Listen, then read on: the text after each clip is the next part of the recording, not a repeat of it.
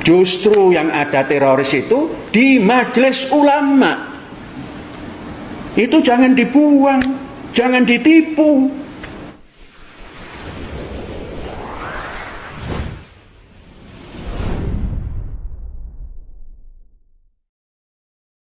Yang bertanya supaya tahu arti ulama itu apa. Ulama itu cendekia. Dan nama itu Majelis Cendekia Indonesia. Tapi diklaim menjadi ulama itu seakan-akan cendekia muslim, sehingga berhak mengungkap hal-hal yang keislaman, sehingga seakan-akan Tuhan.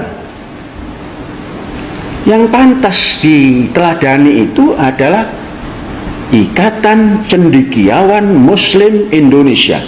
Jadi tidak ada itu mengklaim semuanya kemudian dibawa kepada nilai-nilai khusus, kemudian disempitkan lagi urusan fikih, kemudian urusan halal haram, kemudian urusan fatwa, memfatwai Al-Zaitun sesat, Al-Zaitun pimpinannya komunis. NII sudah selesai, pimpinannya sudah menginstruksikan kepada warganya kembali ke Ibu Pertiwi. Justru yang ada teroris itu di majelis ulama. Itu jangan dibuang, jangan ditipu. Masa masyarakat Indonesia mau ditipu? Teroris di pusat dan di daerah jumlahnya sudah mencukupi bahwa itu banyak, karena lebih dari 2 sudah banyak. Ini yang mau menggiring pada peristiwa-peristiwa yang sudah selesai. Jangan-jangan ini yang akan mendirikan NII lagi. NII sudah selesai. Data dan fakta untuk hal-hal tertentu sudah cukup ya. Yang namanya data-data digital itu sudah tidak bisa diingkari. Jadi kalau menurut saya berdasarkan data-data dan fakta-fakta itu yang sudah terekam dalam digital itu yang tidak bisa diapakan lagi. Dari situ kita sudah bisa menyimpulkan bahwa pandangan dari bukan Al-Zaitun ya, pandangan dari Panji Gumilang ini memang sebagian sesat dan menyesatkan. Tidak mau menerima tim MUI yang ditugasi untuk melakukan tabayun dan klarifikasi. Makanya saya tadi kan merekomendasikan nama Profesor yang menjadi ketua yang menjadi anggota tim pengkajian, tetapi kan beliau tidak bisa dihubungi ya. Sementara beliau sendiri merasakan dan mengalami, nggak bisa sampai ke Al-Zaitun ya, cuma hanya sampai beberapa kilo dari situ sudah ditahan gitu ya. Jadi dalam kesimpulan saya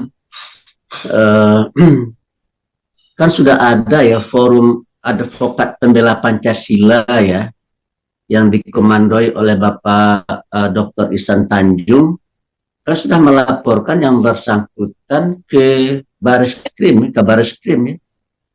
Jadi oleh karena itu menurut saya ya tinggal polisi yang harus memproses. Jadi bolanya menurut saya sekarang ini ada di pihak kepolisian ya. Beragama itu memang kita disuruh pakai otak ya. Tetapi otak kita ini tidak bisa membuat penafsiran sendiri kalau nggak ada dasar dan dalilnya dalam Al-Quran dan As-Sunnah ya. Jadi kita tidak boleh berpendapat ya tentang agama kalau nggak ada dalilnya dalam Al-Quran dan As-Sunnah ya. Oleh karena itu prakteknya di zaman Nabi itu tidak ada sholat yang seperti dilakukan oleh Panji Gumilang ya. Kata Nabi Muhammad, sholat yang terbaik bagi laki-laki itu adalah di saf terdepan, kalau bagi perempuan adalah di saf yang terakhir gitu kan, di saf yang paling belakang. Memang itu tidak membatalkan sholat ya, tetapi praktek itu tidak dilakukan oleh Nabi dan juga tidak pernah terjadi di masa sahabat ya. Yang paling tahu tentang ajaran agama Islam itulah Nabi Muhammad ya. Setelah itu adalah as-sabiqunal awalun, ya, para sahabat Nabi. Nah, di zaman Nabi dan di zaman sahabat itu tidak ada praktek yang dilakukan oleh Saudara Panji Gumilang itu. Jadi jangan Saudara Panji Gumilang membuat penafsiran tersendiri, ya, yang tidak ada dasarnya, dasar-dasar syariahnya nggak ada.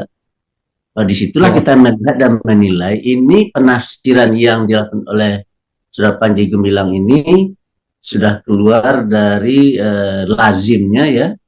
Ya, oleh karena itu ya sudah bisa kita katakan ya ini adalah sebuah penafsiran yang menyimpang gitu, ya. Ini sesat atau tidak, yang penting ya, cuma kan beliau nggak mau menemui tim MUI, ya, karena mungkin barangkali beliau udah tahu apa yang akan ditanyakan kepada yang bersangkutan gitu. Oleh karena itu jika seandainya hal ini tidak terjadi, pertemuan tersebut tidak terjadi, ya maka menurut saya selama itu pula keadaan ini akan resah dan umat akan menggaduh, ya, dibuatnya. Oleh karena itu saya memang mengusulkan penyelesaian ini sebaiknya menempuh cara hukum, karena negara kita kan negara hukum, ya. Kalau ada orang yang buat keresahan dan kegaduhan, ya sudah, bawa saja kasusnya ke pengadilan gitu. Silakan polisi melakukan proses verbal, kemudian diajukan ke kejaksaan, pihak kejaksaan membuat tuntutan, nanti ya diuji aja di pengadilan.